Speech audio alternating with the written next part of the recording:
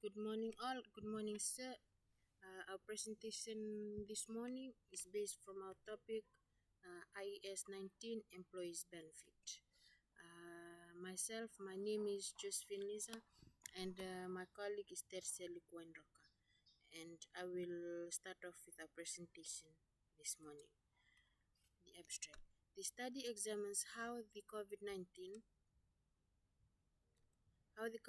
pandemic and increasing global mobility of skilled labor have reshaped economic and employment trends, particularly in developing nations like Fiji.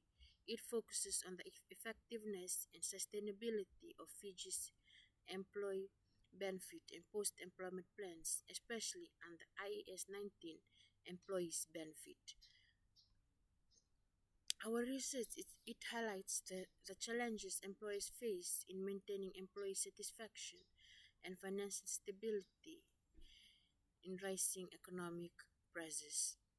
Finding shows how the current benefit structures often fall short of meeting evolving employee expectations and retention needs. The study proposes reforms such as hybrid benefit models, policy innovation, and alignment with global standards to improve satisfaction, boost organizational resilience, and ensure long term viability of employment systems in Fiji.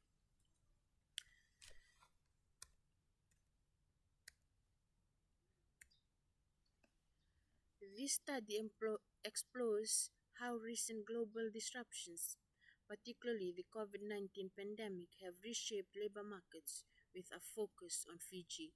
It highlights the challenges faced by Fijian organizations during the rising unemployment, inflation, talent migration, and limited financial resources, all of which have strained traditional employee benefit and post-employment plans. As employee expectations evolve towards more flexibility, security, and global competitiveness, existing benefit systems in Fiji have shown signs of weakness and limited adaptability. This is when the COVID-19 have struck Fiji, all over Fiji.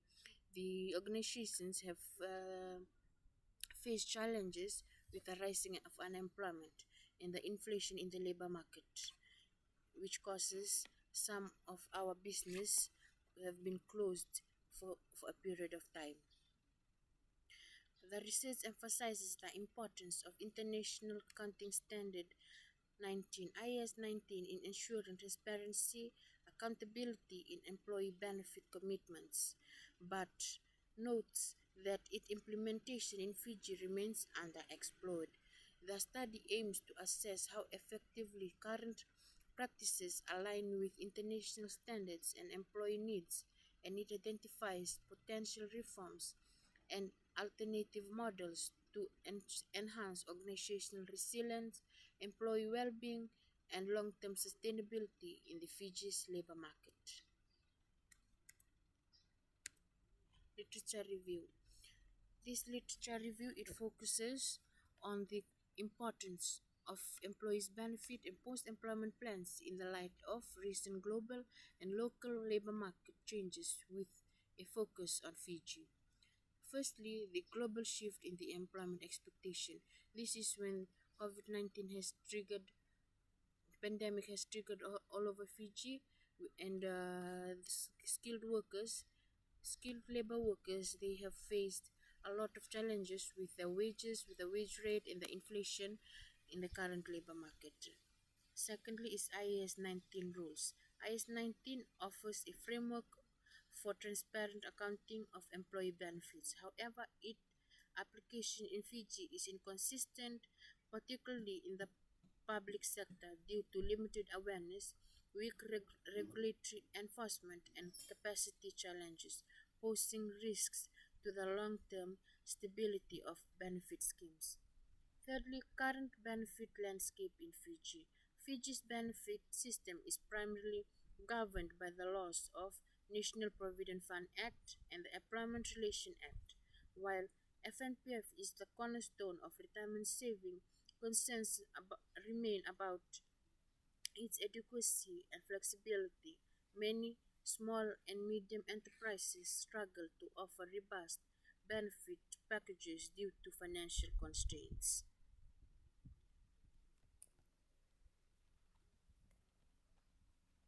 Moving on to our discussion and findings.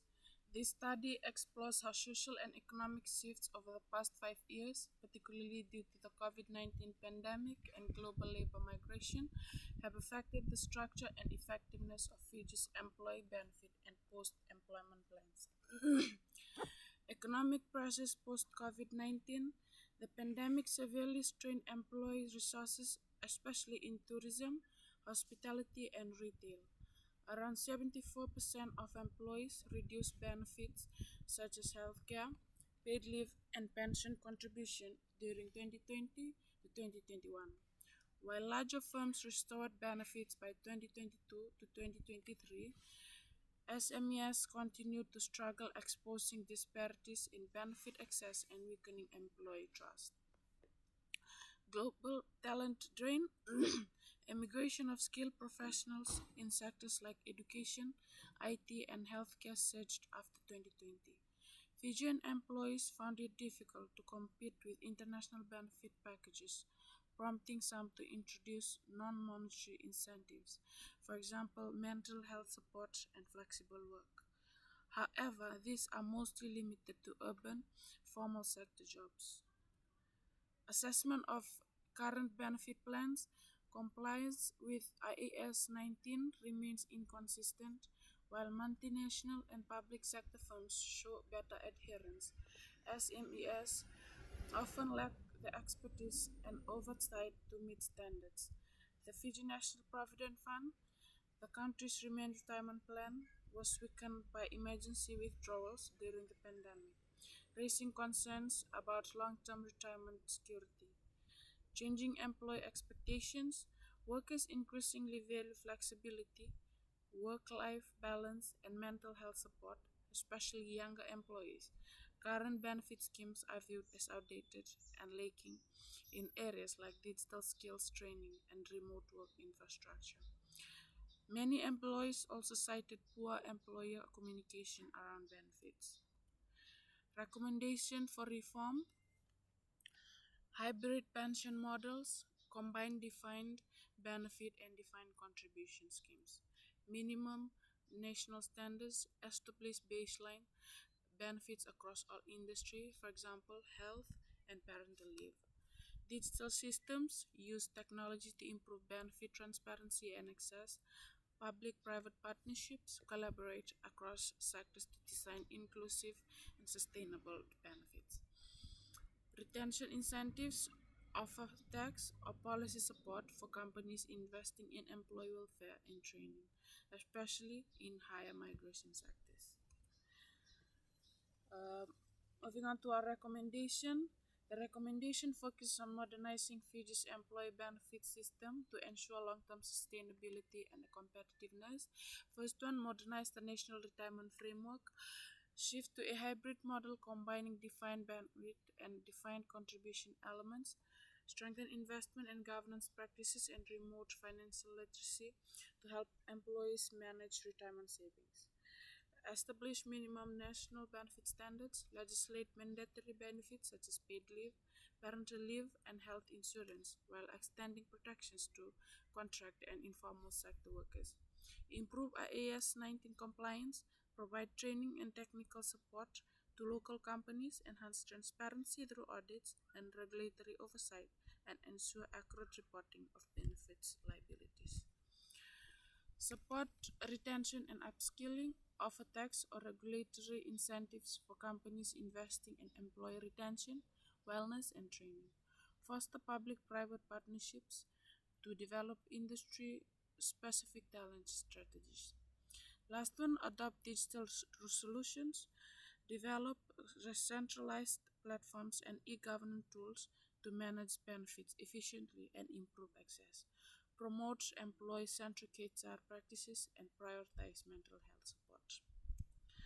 To conclude with our presentation, to conclude the COVID-19 pandemic and increased skilled worker migration on Fiji's employee benefit and post-employment system, Over the past 5 years, rising financial prices, evolving employee expectation, and global competition have challenged the accuracy and sustainability of existing benefit frameworks.